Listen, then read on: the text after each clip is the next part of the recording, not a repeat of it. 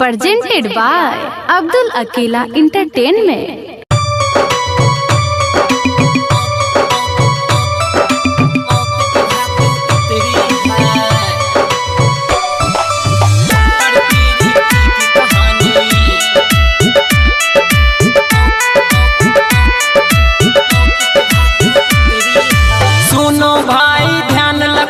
सुना रहा हूँ बोलन गाकर डॉक्टर प्रीति की कहानी।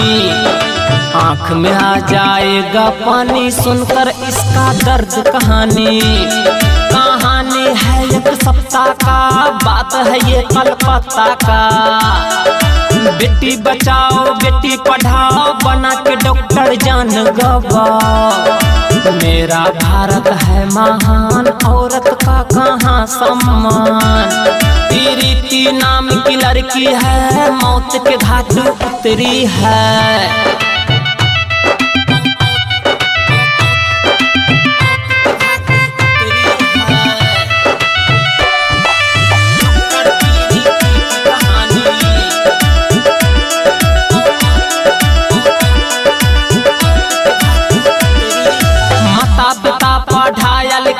पढ़ा लिखा के नौकरी दिलाया, बेचारी बेटी जान गवाया।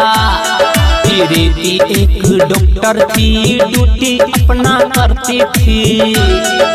8 अगस्त की है ये बात, 12 बज रहा था रात। बेचारी खाना खा के सोने चले गए धोखे हाथ। जालिम मौका देख लिया, मन ही मन कुछ सोच लिया। पी के दारू नशा में झूम गए प्रीति के रूम।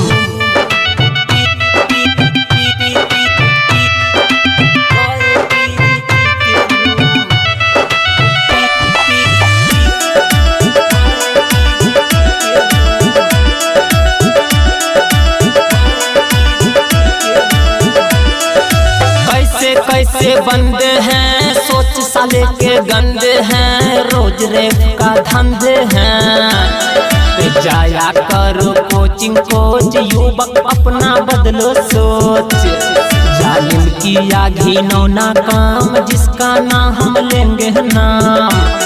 इतना ही नहीं गलत किया, बेरहमी से कत्ल किया। देखिए मोदी जी सरकार, ऐसे होता है बारंबार। डॉक्टर बचाए सबका जान, जा रहे अब इन्हीं का जान।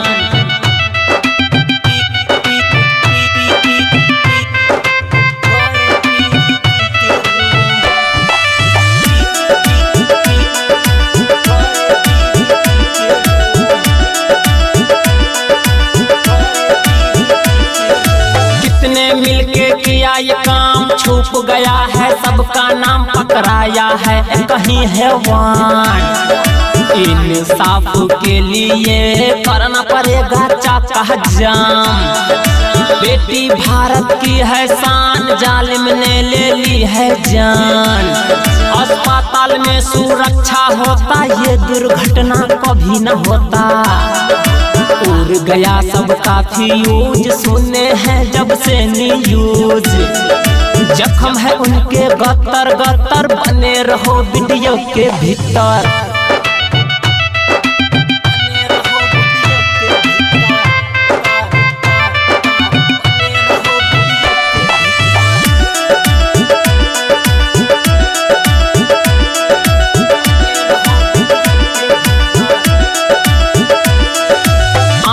चश्मा फोड़ दिया, गर्दन को मरोड़ दिया, पैर हाथ को तोड़ दिया।